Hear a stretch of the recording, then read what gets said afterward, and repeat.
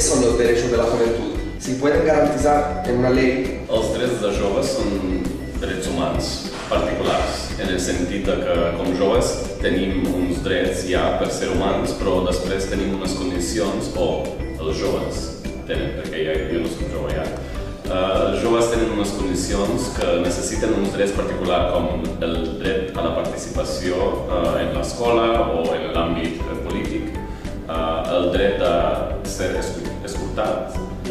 Lo que va a garantizar que la ley se cumpla son los jóvenes.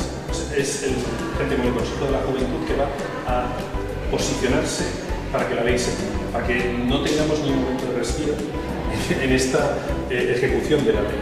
La ley lo que hace es establecer un marco que permita hacer actuación.